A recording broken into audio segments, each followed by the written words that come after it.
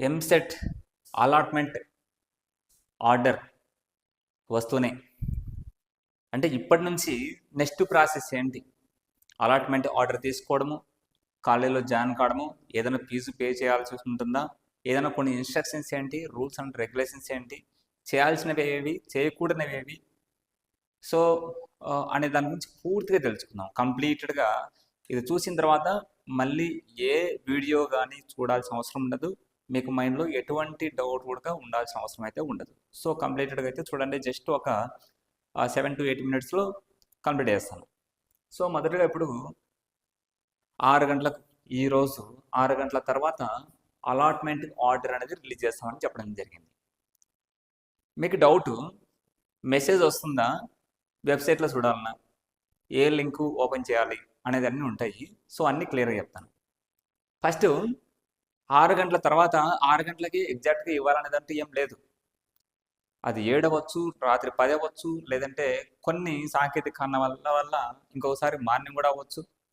So ఇది నేను 6 గంటల కన్నా ముందు మీకు చెప్తున్నాను కాబట్టి నేను ఇలా చెప్పడం జరుగుతుంది.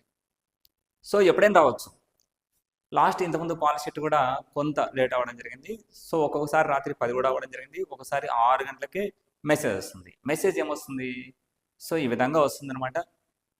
అంటే మీకు ఈ ఫస్ట్ ఫేజ్ కౌన్సిలింగ్లో ఈ కాలేజ్లో ఈ బ్రాంచ్లో అలాటెడ్ అయింది అని వస్తుంది మీకు కాలేజెస్ బట్టి. తర్వాత మీరు దాని అలాటెడ్ని బట్టి మీరేం డిసైడ్ అవ్వచ్చు అంటే, నేను ఆప్షన్స్ ఆర్డర్లో పెట్టుకుంటూ వచ్చింటాం కదా, మీ ర్యాంక్ని బేస్ చేసుకొని ఏ పీరియడ్లో 3rd ఆప్షన్ వచ్చిందా, లేదంటే 10th ఆప్షన్ వచ్చిందా అనేది ఒక ఐడియా అనేది వస్తుంది అనమాట. సో మీకు అప్పుడు సాటిస్ఫైడ్ అయిందనుకోండి, సాటిస్ఫైడ్ అయిందంటే హ్యాపీ, సెకండ్ కౌన్సిలింగ్ పోవాల్సిన అవసరం ఉండదు. సాటిస్ఫైడ్ కాలేదనుకోండి, సాటిస్ఫైడ్ కాకుంటే మళ్ళీ సెకండ్ కౌన్సిలింగ్ పోవాల్సిన అవసరం అయితే ఉంటుంది. చాలామంది వరకు దాదాపు 80 to 90% కంపల్సరీ సెకండ్ కౌన్సిలింగ్ పోతారు. ఎందుకంటే ఎవరికి సాటిస్ఫైడ్ ఉండదు. మనకు వచ్చినటువంటి ర్యాంక్కి అంతకు మించి ఉన్నటువంటి యూనివర్సిటీస్ కానీ, సో ఇలాంటి కాలేజెస్తే పెడతాం కాబట్టి మనకు ఇంకా బెటర్ కాలేజ్ వస్తుందేమో, మనకు సాటిస్ఫైడ్ మంచి కాలేజ్ వచ్చినా కానీ, మంచి బ్రాంచ్ వచ్చినా ఇంకా బెటర్ కాలేజ్, ఇంకా యూనివర్సిటీ ఏమైనా వస్తుందేమో అనేసి ఉద్దేశంతో సెకండ్ కౌన్సిలింగ్ తప్పనిసరిగా 90% ఆఫ్ స్టూడెంట్స్ కంపల్సరీ చేస్తారు. డోంట్ వర్రీ, మళ్ళీ సెకండ్ ఫేజ్ కౌన్సిలింగ్ కూడా త్వరలోనే ఉంటుంది. సో అది కూడా ఎప్పుడు ఉంటుందో కూడా చెప్తాను ఇప్పుడే. ముఖ్యంగా ఎప్పుడైతే మనకు మెసేజ్ వస్తుంది, మెసేజ్ వస్తానే మీరు వెబ్సైట్లోకి వెళ్ళొచ్చు. కొందరికి మెసేజ్ రాకపోవచ్చు, ఎందుకంటే కొన్ని సిగ్నల్స్ వలన కూడా మెసేజ్ రాకపోవచ్చు. నాకు మెసేజ్ రాలేదు అనాల్సిన అవసరం అయితే ఏం లేదు. సో మెసేజ్ వస్తేనే సీట్ వచ్చినట్టయితే కాదు. తర్వాత మీరు గూగుల్లోకి వెళ్ళేసి ఏం చేస్తారంటే ఏపీ సెట్ వెబ్ కౌన్సిలింగ్ అని టైప్ చేయండి, అంతే చాలు. వెబ్ కౌన్సిలింగ్ అని టైప్ చేయండి. సో లేదంటే ఏపీ సెట్ ఆన్లైన్ అని ఉంటుంది. ఏపీ సెట్ ఆన్లైన్ .gov.in అని ఉంటుంది వెబ్సైట్. ఆ లింక్ అని క్లిక్ చేయండి. దీనికన్నా ఏపీ వెబ్సైట్ వెబ్ కౌన్సిలింగ్ అనేది చూడొచ్చు. చాలా మందికి ఈ వెబ్సైట్ వరకు తెలిసి ఉంటుంది, ఎందుకంటే ఆల్రెడీ ఆ వెబ్సైట్లో చూసి ఉంటారు. దానికి సంబంధించి ఆప్షన్స్ పెట్టడం ఇలాంటివన్నీ చూసి ఉంటారు కూడా. సో అదే వెబ్సైట్లోకి వెళ్ళి మొదట మనం allotment ID and self report అనేది చూడాలంటే, జాయినింగ్ రిపోర్ట్ అనేది చూడాలంటే మొదట మనము అక్కడ లాగిన్ కావాల్సి ఉంటుంది. ఇందులో మీకు just EAMCET hall ticket number, దాంతోపాటు డేట్ ఆఫ్ బర్త్ ఇవి రెండు మీరు టైప్ చేస్తానే మీకు మీ రిజిస్టర్డ్ మొబైల్ నెంబర్కి ఓటీపీ వస్తుంది. ఆ ఓటీపీ వస్తానే మీరు ఓటీపీ ఎంటర్ చేసి సబ్మిట్ కొట్టేస్తానే మీకు ఇక్కడ allotment order and joining report and web options report అనేది 3 రకాలుగా ఉంటుంది అనమాట. సో మనకు అవసరమైనవి ఏమవసరం ఉన్నాయి? Allotment order and joining report అవసరం.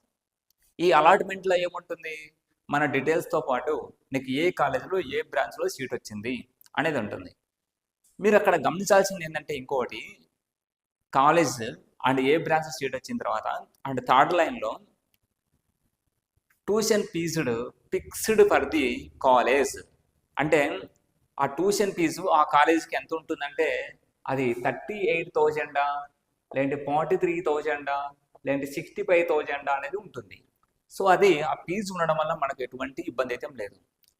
మళ్ళీ లాస్ట్ లైన్లో దాని కిందనే tuition fee paid by the candidate అని ఉంటుంది. Tuition fee paid by the క్యాండిడేట్లో అక్కడ 0 ఉండాలి, 0 రూపీస్. అంటే మనం ఎటువంటి 1 రూపీ కూడా పే చేయాల్సిన అవసరం లేదు. ఫీజు రిమెన్స్మెంట్ అనేది వర్తిస్తుంది.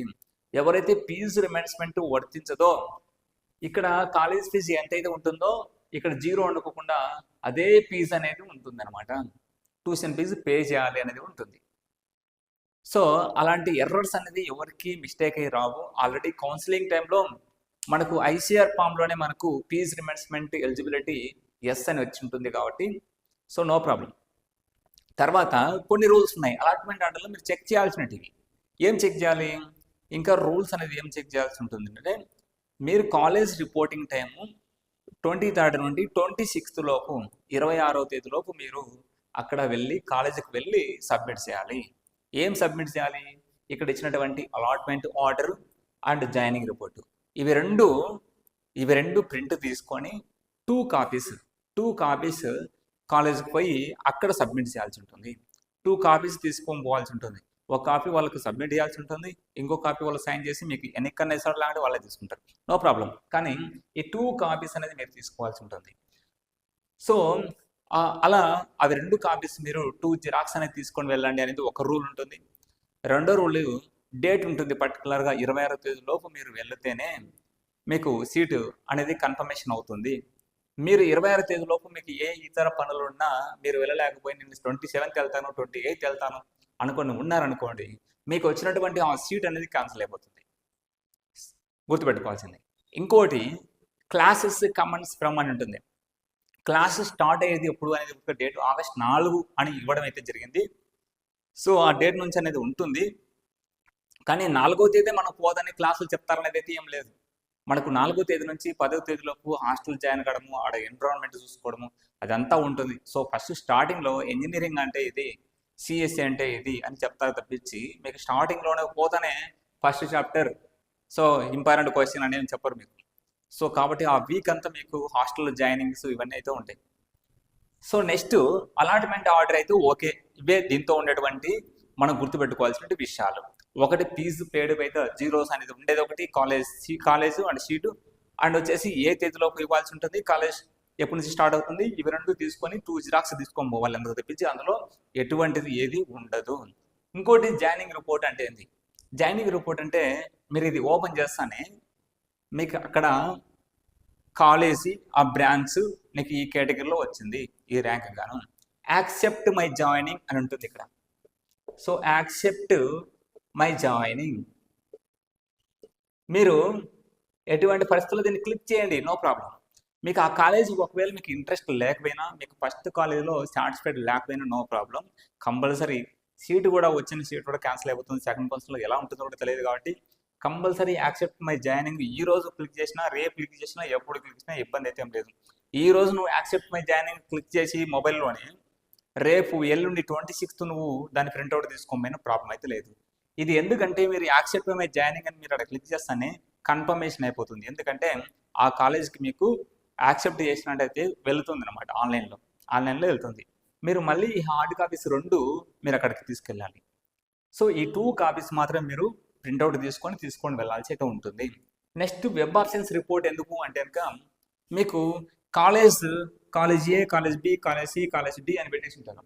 మీరు ఆప్షన్స్ కాలేజ్ సి వచ్చేసి ఉంటుంది ఆప్షన్స్లో ఇక్కడ. సో మీరు పెట్టినటువంటి కాలేజీలోనే మీకు సీట్ ఇవ్వడం జరిగింది, మీకు వచ్చినటువంటి ర్యాంక్ మెరిట్ బేస్డ్ గానే మీకు ఇవ్వడం జరిగింది అనే దానికోసము మీకు ఇట్లా ఒక ప్రియారిటీ ప్రకారంగా ఇచ్చినట్టు మీకు ఒక రిపోర్ట్ మళ్ళీ చూసుకునే దానికి మీరు దాదాపు ఒక 50 కాలేజెస్ పెట్టింటారు. నీకు ఏదో ఒక పార్టీ కాలేజీలో వచ్చేసి ఉంటుంది ఒకవేళ ఉదాహరణకి. అప్పుడు నీ కాలేజీ పెట్టలేదే, నాకు గుర్తులేదు, నేను అసలు ఆప్షన్స్ పెట్టలేదు అనుకోవాల్సిన అవసరం అయితే లేదు. అక్కడ నీకు క్లియర్గా ఇచ్చాడు అనమాట ఆ విధంగా. చూసుకోవడానికి మాత్రం ఈ ప్రింట్అవుట్ అయితే అవసరం లేదు, ప్రింట్అవుట్ అవసరం లేదు. సో ఈ విధంగా మనం ప్రింట్అవుట్ తీసుకున్న తర్వాత కాలేజీకి వెళ్ళాల్సి ఉంటుంది. ఎప్పుడు 26th లోపు, 26th ఈవినింగ్ 5 PM లోపు నువ్వు కాలేజీకి వెళ్ళాలి. ఇటు యాక్సెప్ట్ మై జాయినింగ్ చేస్తానే నువ్వు 26th లోపు అయితే కంపల్సరీ అయితే కనుక స్టూడెంట్ పోవాలన్నా అంటారు, కంపల్సరీ స్టూడెంట్ అయితే పోవాల్సి ఉంటుంది. పేరెంట్స్ అనేది కాదు, స్టూడెంట్ పేరెంట్స్ వెళ్ళి ఆ కాలేజీ ఎలా ఉంది, ఫ్యాకల్టీ పరిస్థితి ఏంటి, ఆ బిల్డింగ్స్ ఏ విధంగా ఉన్నాయి, ఎన్విరాన్మెంట్ ఏ విధంగా ఉంది, ముందుగా హాస్టల్ ఏ విధంగా ఉంది, హాస్టల్ ఫుడ్ ఏ విధంగా ఉంది, హాస్టల్ ఎన్విరాన్మెంట్ ఏ విధంగా ఉంది, అన్నీ క్లియర్గా కనుక్కొని రూల్స్ అండ్ రెగ్యులేషన్స్ అన్నీ ఆ కాలేజ్ గురించి కనుక్కున్న తర్వాత సో నీకు మంచి అభిప్రాయం ఉంటే నువ్వు అదే కాలేజీలోనే కంటిన్యూ అవ్వచ్చు. సో అక్కడికి వెళ్ళిన తర్వాత నువ్వు ఏమేమి సర్టిఫికేట్స్ తీసుకొని పోవాలి, ఏమేమి సర్టిఫికేట్ తీసుకొని పోవాలంటే ఓన్లీ ఇవి 2 మాత్రమే తీసుకొని పోవాలి. కాలేజ్ వాళ్ళు మిమ్మల్ని ఒరిజినల్ సర్టిఫికెట్ ఇవ్వమని చెప్పినా ఇక్కడ మీకు ఒరిజినల్ సర్టిఫికేట్స్ అనేది ఇవ్వాల్సిన అవసరం లేదు. ఇంకోటి ఫస్ట్ వన్ గుర్తుపెట్టుకోవాల్సింది, ఒరిజినల్ సర్టిఫికేట్ అస్సలు ఇవ్వాల్సిన అవసరం లేదు. రెండవది ఎటువంటి ఫీజు 1 రూపీ కూడా ఇప్పుడు పే చేయాల్సిన అవసరం లేదు. సో ఒరిజినల్ సర్టిఫికేట్స్ అసలు ఇవ్వకూడదు. సో ఈ ఓన్లీ ఈ 2 కాపీస్ మాత్రమే తీసుకొని వెళ్ళాలి. ఒకవేళ మిమ్మల్ని జిరాక్స్ ఇవ్వమని అడిగినట్లయితే జిరాక్స్ మాత్రం ఇవ్వచ్చు. సో జిరాక్స్ మాత్రం ఇవ్వచ్చు, నో ప్రాబ్లం. జిరాక్స్ ఎక్కడ మనం సబ్మిట్ చేసినా నో ప్రాబ్లం. బట్ ఒరిజినల్ మాత్రం ఇవ్వాల్సిన అవసరం లేదు. వాళ్ళు అడిగినా లేవు అని చెప్పేసండి. రెండోది, లేవు తీసుకురాలేదని చెప్పేసండి, మీకైతే ఎన్నికైతే ఏం పంపారు, అలాంటి ప్రాబ్లం ఉండదు. రెండోది, కనీసము 1000 రూపాయలన్నా 2000 పే చేయమని చెప్పారనుకోండి, సో అలాంటిది ఏం పే చేయాల్సిన అవసరం లేదు, డబ్బులు తెచ్చుకోలేదు అంతే. ఓకేనా? సో హాస్టల్ ఫీజు రిమెంబర్స్మెంట్కి ఆల్రెడీ వస్తుంది, హాస్టల్ ఫీజులోనే పే చేయండి అని చెప్తారు వాళ్ళు. సో అలాంటిది కూడా మీరు పే చేయాల్సిన అవసరం అయితే లేదు, 1 రూపీ కూడా ముందుగా పే చేయాల్సిన అవసరం లేదు. ఫీజు ఎప్పుడు పే చేయాలి? First counselling and final counselling అంతా కంప్లీట్ అయిపోయిన తర్వాత హాస్టల్ ఫీజు కానీ బిల్డింగ్ ఫీజు కానీ పే చేయాల్సిన అవసరం అయితే ఉంటుంది. సో ఆ ఫీజుల గురించి నేను తర్వాత చెప్తాను. సో కాలేజీకి వెళ్ళిన తర్వాత కాలేజ్ ఫెసిలిటీస్ అన్ని చూసి హాస్టల్ ఫీజు ఎంత అండ్ ఫైనల్గా ఏదైనా ఒక బర్గెనింగ్ ఏమైనా ఉంటుందో, ఒక 5000 ఏమైనా తగ్గుతుందో, ఇలాంటివన్నీ కనుక్కొని వచ్చిన తర్వాత ఆఫ్టర్ 26th 26వ తేదీ తర్వాత ఇదే వెబ్సైట్లో మీరు చూసినట్లయితే ఇంకా సీట్స్ రిపోర్ట్ చేయని వాళ్ళు ఎంతమంది ఉన్నారంటే ఒక 4 సీట్లు మిగిలినాయా, 2 సీట్లు మిగిలి ఉన్నాయా ఇంకా అనేది తెలుస్తుంది.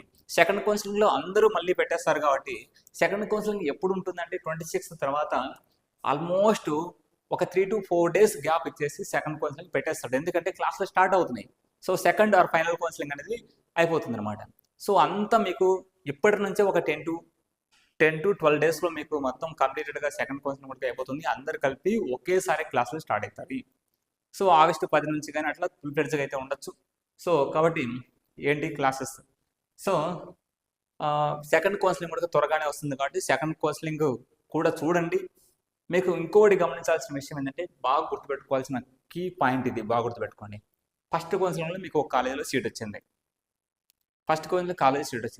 మీరు సెకండ్ కౌన్సిలింగ్లో మీకు కాలేజీలో సీట్ వచ్చింది.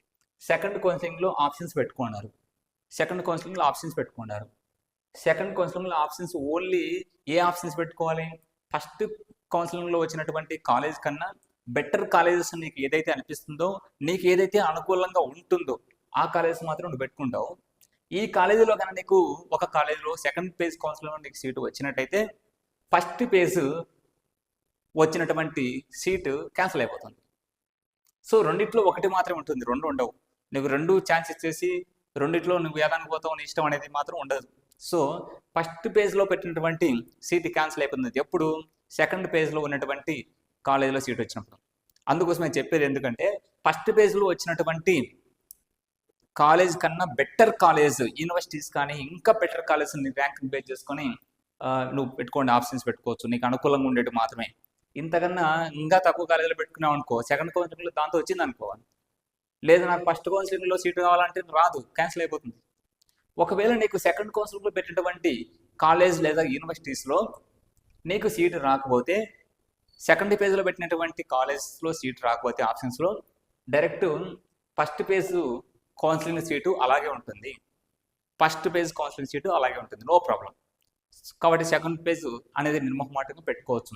ఇంకోటి, సెకండ్ పేజ్ కౌన్సిలింగ్కి వెళ్ళేటప్పుడు మళ్ళీ ఫీజు పే చేయాలనా అనేది ఒక డౌట్ ఉంటుంది. సర్టిఫికేట్ వెరిఫికేషన్ డేట్స్ ఇచ్చాడు కదా, మళ్ళీ కౌన్సిలింగ్కి వెళ్ళాలనా అండ్ మళ్ళీ అప్లోడ్ చేయాలనా అనేది రెండోది ఉంటుంది. సో ఎటువంటి ఫీజు పే చేయాల్సిన అవసరం లేదు, ఎటువంటి సర్టిఫికేట్స్ అప్లోడ్ చేయాల్సిన అవసరం లేదు. మీరు డైరెక్ట్ వెబ్ ఆప్షన్స్ ఎప్పుడైతే పెట్టుకోవాల్సి ఉంటుందో ఆప్షన్స్ పెట్టుకోవచ్చు. సో ఎవరైతే ఫస్ట్ పేజ్ కౌన్సిలింగ్లో అటెండ్ కాకుండా ఉంటారో వాళ్ళు మాత్రం ఫీజు పే చేయాల్సి ఉంటుంది, వాళ్ళు మాత్రమే సర్టిఫికేట్స్ అప్లోడ్ చేయాల్సిన అవసరం అయితే ఉంటుంది అనమాట. సో కాబట్టి సెకండ్ పేజ్ కౌన్సిలింగ్లో పెట్టిన తర్వాత ఆ డేట్స్ని బేస్ చేసుకొని మళ్ళీ మీకు అనుకూలమైనటువంటి కాలేజ్ వస్తే పర్లేదు, రాకపోతే ఫస్ట్ పేజ్లో ఉన్నటువంటి వాటికే మళ్ళీ మీరు కాలేజీకి వెళ్ళి రిపోర్ట్ చేయాల్సిన అవసరం లేదు. ఇంకోటి గమనించాల్సిన విషయం ఏంటంటే ఫస్ట్ పేజ్లో మీకు పలానా ఏ అనే కాలేజ్లో సిఎస్సి బ్రాంచ్ వచ్చింది అనుకున్నాం. సెకండ్ పేజ్లో మళ్ళీ అదే కాలేజీ అదే బ్రాంచ్ మీరు పెట్టకూడదు, ఎందుకంటే ఆల్రెడీ మనకు సీట్ కన్ఫర్మ్ అయ్యి ఉంది. ఇక్కడ మళ్ళీ సీటు మళ్ళీ ఎందుకు వేస్తాం? ఓకే, అక్కడ ఖర్చు వేసి పెట్టుకోండి, మళ్ళీ రెండో ఖర్చు వేయాల్సిన అవసరం లేదు.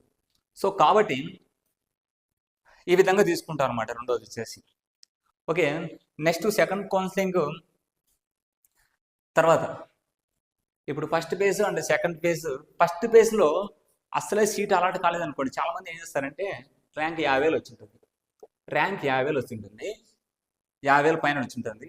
ఓన్లీ యూనివర్సిటీస్ పెట్టేస్తారు, JNTU and SVU, Kakinada, Kalikiri something పెట్టేసి అందులో బ్రాంచెస్ వరకు ఓన్లీ సిఎస్సి మాత్రమే కావాలి నాకు అని పెట్టేసి ఉంటారు. అవి ఎక్కడ ఫిల్అప్ అయిపోయింటాయి? 10,000 15,000 అయిపోయింటుంది. సో 50,000 వచ్చినప్పుడు నువ్వు అట్లా అన్ని యూనివర్సిటీస్ పెట్టేసి మిగతా కాలేజీలు పెట్టుకోకుండా అంటే వాళ్ళకు సీట్ అలాట్ అవ్వే పరిస్థితి ఉండకపోవచ్చు. సో వాళ్ళకు సీట్ మీకు ఫస్ట్ పేజ్ కౌన్సిలింగ్లో సీట్ రాలేదు, నో ప్రాబ్లం, డైరెక్ట్ సెకండ్ కౌన్సిలింగ్కి పోవాలి అంతే. మీకు అలాట్మెంట్ ఆర్డర్ రాదు, జాయినింగ్ రిపోర్టు రాదు, డైరెక్ట్ సెకండ్ ఆప్షన్స్లో పెట్టుకున్నట్టే మీకు కంపల్సరీ. ఈసారైనా మనం ఆప్షన్స్ కొంచెం ఎక్కువ పెట్టుకుంటే సరిపోతుంది. ఇలాంటి సెకండ్ కౌన్సిలింగ్ పడక పోయిందంటే మళ్ళీ స్పాట్ అడ్మిషన్స్కి పోవాలి. స్పాట్ అడ్మిషన్స్లో సమ్ అమౌంట్ పే చేసి పోవాల్సి ఉంటుంది. కాలేజీకి సంబంధించినటువంటి ఫీజు ఏదైతే ఉంటుందో ఆ అమౌంట్ పే చేసి కాలేజీలో జాయిన్ కావాల్సి ఉంటుంది. అప్పుడు హోప్స్ ఉండవు. సో ఏదున్నా ఈ కౌన్సిలింగ్ ద్వారా సాటిస్ఫై అవ్వరు. సెకండ్ కౌన్సిలింగ్ ఖచ్చితంగా ఆప్షన్స్ పెట్టుకుంటారు. అప్పుడు కరెక్ట్గా బాగా కరెక్ట్ వేలో పెట్టేసుకోండి ఆప్షన్స్, మీకు వచ్చిన దాన్ని బేస్ చేసుకున్నాం. తర్వాత కాలేజీలో జాయిన్ అయిన తర్వాత కాలేజీ క్లాసులు స్టార్ట్ అవుతాయి కదా, మీరు సెకండ్ కౌన్సిలింగ్లోనో ఫస్ట్ కౌన్సిలింగ్లో వచ్చినటువంటి కాలేజ్లో మీరు జాయిన్ అయిన తర్వాత ఫీజులు ఏముంటాయి, ఫస్ట్ ఇయర్లో ఏముంటాయి అండ్ సెకండ్ ఇయర్లో ఏముంటాయి, థర్డ్ ఇయర్లో ఏముంటాయి ఫీజులు, ఫోర్త్ ఇయర్లో ఫీజు ఏముంటాయని చెప్పుకున్నప్పుడు ఫీజు రిమెంట్స్మెంట్ మీకు ఆల్రెడీ వర్తించుంటుంది కాబట్టి ట్యూషన్ ఫీజు పే చేయాల్సిన అవసరం ఉండదు. So every year hostel fees అనేది compulsory. Every year hostel fees అనేది అప్రాక్సిమేట్లీ ఎక్కడైనా 60,000 నుంచి 80,000 వరకు ఉంటుంది. అప్రాక్సిమేట్లీ అని చెప్తున్నాను, ఒక 5,000 అలా ఇలాగో ఉంటుంది. సో మీకు based on the college. So ఇది మనం పే చేయాల్సి ఉంటుంది. గవర్నమెంట్ అయితే ప్రజెంట్ ఇచ్చే పరిస్థితులు అయితే లేదు. నెక్స్ట్ వచ్చేసి ఫస్ట్ ఇయర్లో మాత్రము మీరు కాలేజీలో ఎంటర్ అయితేనే బిల్డింగ్ ఫీజు అనేది తీసుకోవడం జరుగుతుంది. బిల్డింగ్ ఫీజు, ఈ బిల్డింగ్ ఫీజు ఎంత ఉంటుందంటే అప్రాక్సిమేట్లీ యూనివర్సిటీస్లో అయితే 6,000 నుంచి 8,000 వరకు ఉంటుంది. అండ్ ప్రైవేట్ ఇంజనీరింగ్ కాలేజీలో 12,000 నుంచి 15,000 వరకు అయితే ఉంటుందన్నమాట. ఇది బిల్డింగ్ ఫీజు అనేది ఫస్ట్ ఇయర్లో మాత్రమే తీసుకుంటారు, second year, third year, final year తీసుకోరు. సో బిల్డింగ్ ఫీజు తీసుకుంటారు.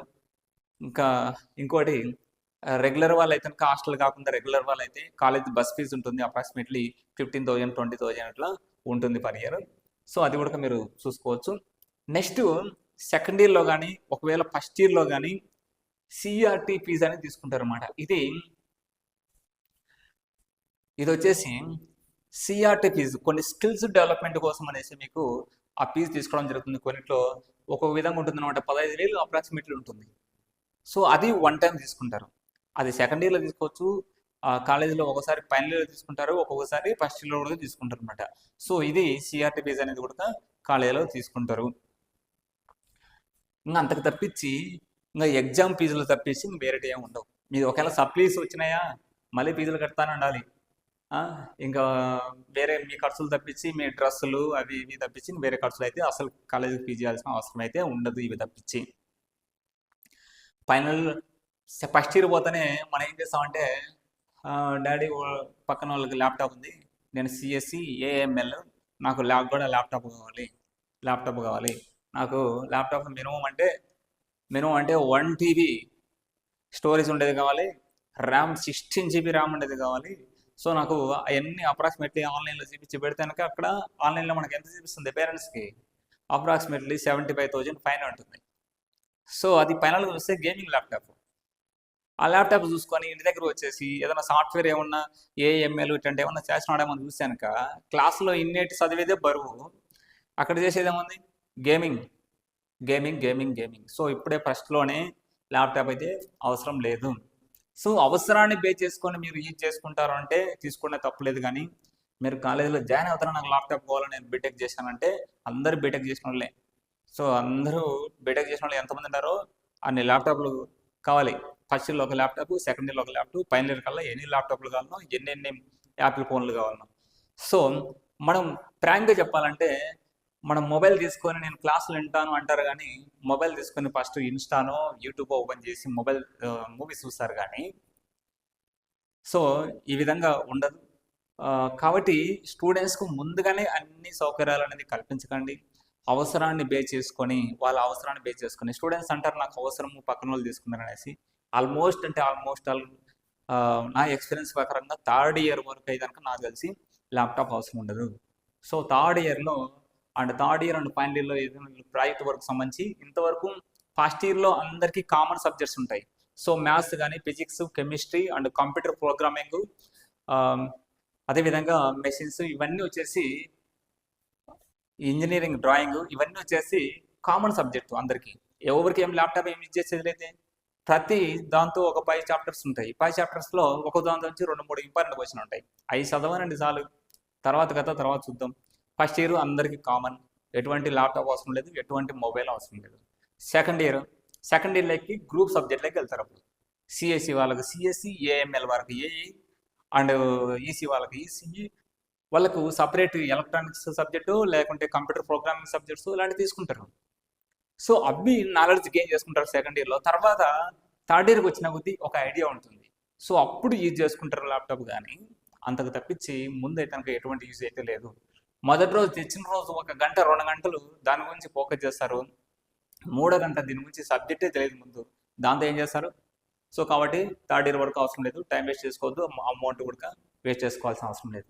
సో ఇది కంప్లీట్గా నాకు తెలిసినంత వరకు మీకు చెప్పడం జరిగింది.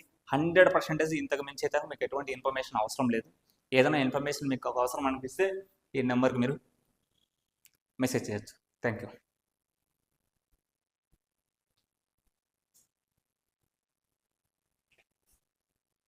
మ్యాథ్స్ అంటే భయమా? మ్యాథ్స్ రాదని దిగులు పడుతున్నారా? అయితే పీవీఆర్ ఇన్స్టిట్యూట్ లో చేరండి. Maths basic to advanced course. Maths basic నుంచి 100కి 100 సాధించే దిశగా సులభంగా అర్థమయ్యే విధంగా శిక్షణ ఇవ్వబడును. ఫస్ట్ క్లాస్ నుండి 10th class, inter, diploma, BTech విద్యార్థులందరూ అర్హులు. PVR institute, Nagadastagiri Reddy hospital ఎదురుగా, హోమస్పేట, ప్రొద్దుటూరు, కడప జిల్లా. అడ్మిషన్ల కొరకు సంప్రదించండి. Director PV Ramana. Contact number 9882666623.